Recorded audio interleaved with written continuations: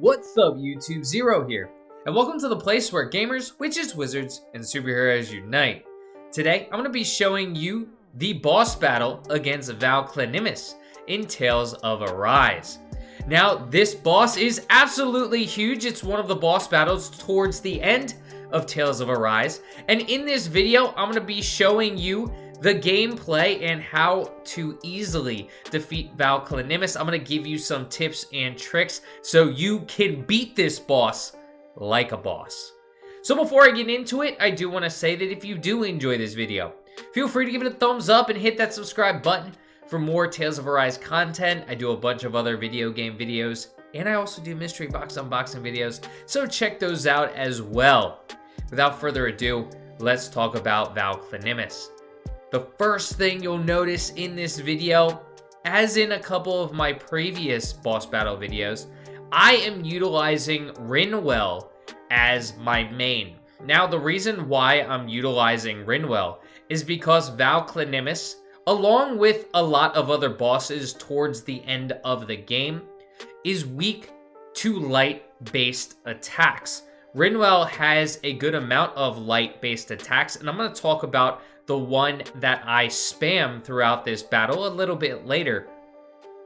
But Valclynimus, along with a lot of other Renins, are weak to light-based attacks. Renins are good with dark-based attacks and weak to light-based attacks. So you want to utilize light-based attacks for your party, regardless of who you're playing as. Again, I recommend utilizing Rinwell for several reasons. The first, Rinwell has a lot of light-based attacks, as I mentioned. Second is Rinwell is a ranged-based character. You can see Valclynimus does have a few close and personal range moves. It's also huge and takes up almost the entire arena. So it can stomp a little bit. It can spew out a little bit of what I want to call dark poison. But if you're Rinwell, you can stay away from all that. The only move, if you're playing as a ranged-based character like Rinwell, that you're going to have to worry about is Valclynimus's jump. It is awful and can kill you if you are not able to evade it.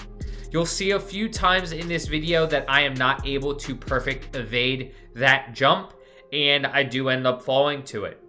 So if you aren't as good at evading, kind of like me where I can't always evade, I do get a couple of nice evades, but I don't always get it. So if you are like me and you're not able to always evade, do make sure you bring some healing items or life bottles just in case. But hopefully you're a little bit better at perfect evading than I am.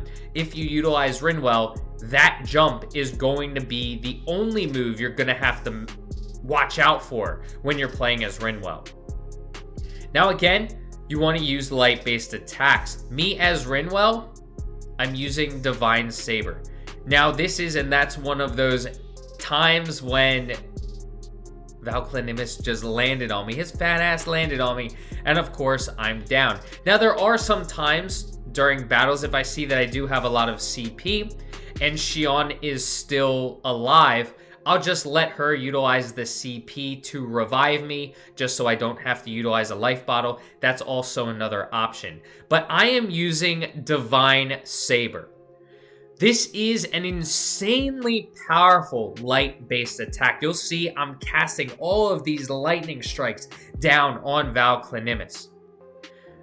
Now, it does take a long time to cast, and it costs 4 AG, but it is an insanely powerful move. I actually just unlocked this on my way to Valclynimus, and while some people may be impatient enough to not want to cast this move, because it does take a while to cast, it does deal a significant amount of damage in a pretty large area. But since Valclynimus takes up a large area, you are just pelting him with these lightning bolts, like bang, bang, bang. So really, it is a fantastic move to utilize, especially in this battle.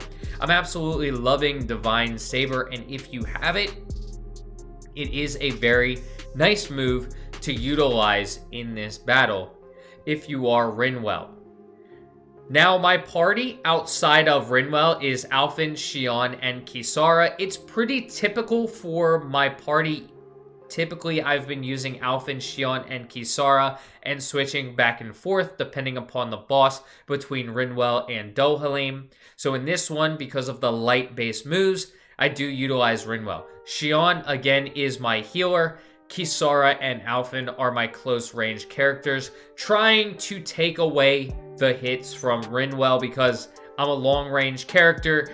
I don't take hits very kindly. Again, this beast is jumping up, landing on me like Snorlax using his body slam, and I'm going out. One-hit KO.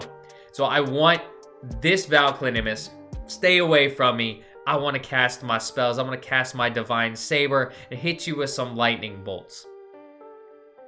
Now, I do utilize just the boost strikes whenever I get them, particularly Alphen's, because Alphen is going to take this dude down and give you an opportunity to kind of just get a couple of hits off on him. Again, you can see the arena. It's a circle, and he takes up most of it. So try, if you're playing as Rinwell, to just stay back away from him as much as possible. You'll see where he's going to land when he jumps because the shadow does come down.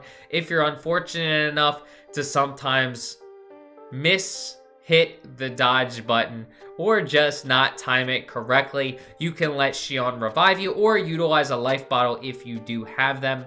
But honestly, this boss battle wasn't insanely hard. Just make sure that you and your characters, whomever you have in your party that's attacking him, utilize light-based attacks. That's another reason why I keep Dohalim and Law on the bench, is that Dohalim does not have any light-based attacks.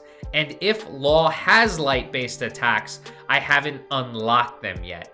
So utilizing Kisara, Alphen, and Xion on top of Rinwell is the best combination for this battle, in my opinion, just to really deal out that damage a little bit easier and more effectively against this huge boss. Other than that, I think that should be it. Again, this is actually, surprisingly enough, even though we are closer towards the end of the game, this is one of the last 4 or 5 boss battles you're going to have. This boss wasn't insanely hard. Now, I do use a few life bottles and orange gels, but it's not as many as I've needed to use in some of the other boss battles throughout this game. So it was kind of surprising. Maybe a little smile there saying, thank God I don't have to go all out. It's not as sweaty for this boss battle, because if you're at this point, the Red Woman boss battle that you just had, I thought was a sweatier boss battle.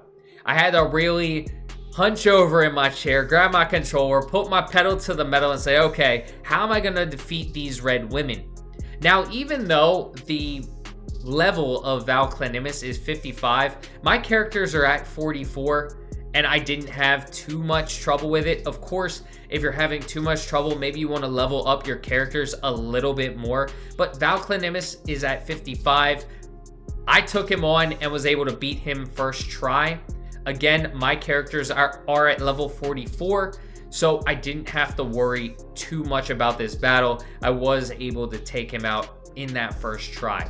So hopefully for you, it's as easy as it was for me, and I'm hoping that these tips and tricks do help you out so you can more easily defeat Valclynimus if you are having issues. But again, if you've gotten to this battle, in my opinion, it's a lot easier than that Red Woman battle.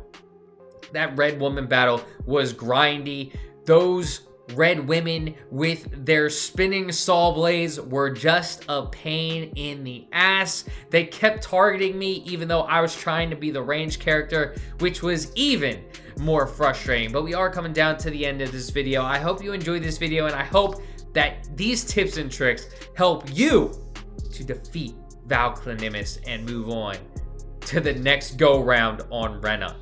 I hope you have a great rest of your day, and until next time, peace.